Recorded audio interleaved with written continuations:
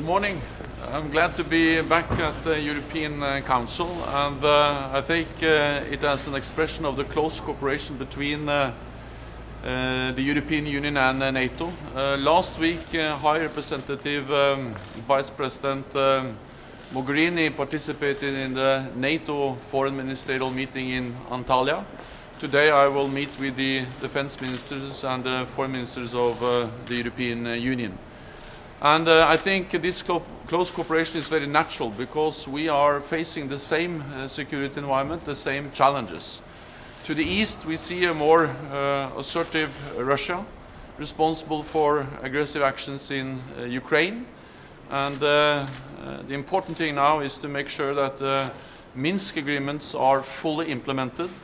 And I call on all parties to respect the ceasefire and to allow the OSCE monitors full access so they can monitor the ceasefire and the full implementation of the Minsk agreements. To the south we see turmoil, we see violence, and I strongly support the efforts by the UN to reach a political agreement which can establish a unity government in Libya and to establish a ceasefire. NATO stands ready to help the government of Libya to build the capacity, defense capacity, to increase their ability to defend themselves and to create stability when conditions allow for such defense capacity building efforts by NATO in Libya. I also welcome the decision that the European Union will take today on establishing an operation at sea to dismantle the criminal networks that are responsible for smuggling people across the Mediterranean. And I welcome these efforts by the European Union and also the dialogue between the European Union and the United Nations to create the necessary mandates for such operation. Lastly, I'm looking forward to the EU Council on Defence in June.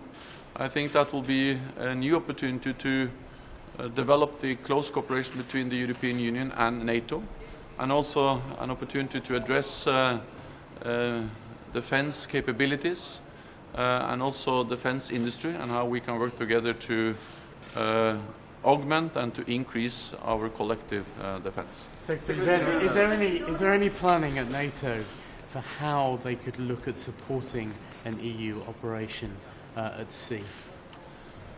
We stand ready to help the Libyan government with defence capacity building when the situation on the ground allows for that kind of cooperation. We also strongly welcome the efforts by the UN to try to find a political solution to establish a unity government and a ceasefire. Then I welcome the efforts by the European Union to develop a more comprehensive response and also to establish an operation at sea to dismantle the criminal networks which are responsible for smuggling people across the Mediterranean. There has been no request for any specific NATO contribution. I will participate in meetings today, and then we stand ready to help if there is a request. There is some reports suggesting that ISIS is sending fighters through the smugglers, through the ports. From your intelligence, can you confirm this? First of all, this is a human tragedy. People lose their lives trying to cross the Mediterranean, and therefore it is important that the European now acts. This is about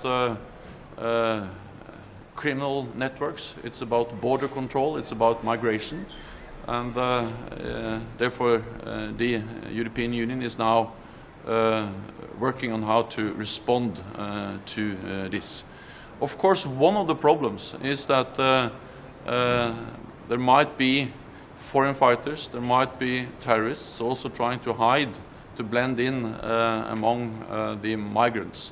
And this just underlines the importance of that we have to respond to this turmoil, to these threats in many different ways. NATO is working on the root causes of the problems by working with partners both in the Middle East, in North Africa, to help them increase their capacity to stabilize their own countries. We work with Jordan, we work with partners in North Africa, and we stand ready to do so also in Libya. What's the reaction on Macedonia, the situation in Macedonia, please? We are following the developments in Macedonia very closely, and we have a NATO liaison office in Skopje, and Macedonia is an aspirant country for NATO membership, and therefore we have also close cooperation with Macedonia. I very much believe that peaceful demonstrations are part of a democratic society. The important thing is to avoid more violence, to make sure that the democratic institutions are developed and that the rule of law is implemented in full, and that we avoid escalation of the crisis and the conflict in Macedonia.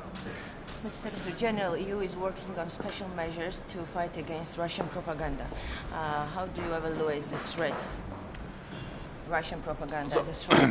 The best way of countering disinformation is by information, and what we are doing in NATO and also what we are doing in cooperation with the European Union is to provide facts about what we are doing, and also to counter the disinformation we see. And we do so by telling exactly what we are doing. And what we are doing is that we are implementing reinforcement of our collective defense in NATO. It's the strongest reinforcement of our collective defense since the end of the Cold War. But everything we do is defensive, it's proportionate, and it's fully in line with our international commitments. Thank you very much, colleagues. Thank you. Thank you.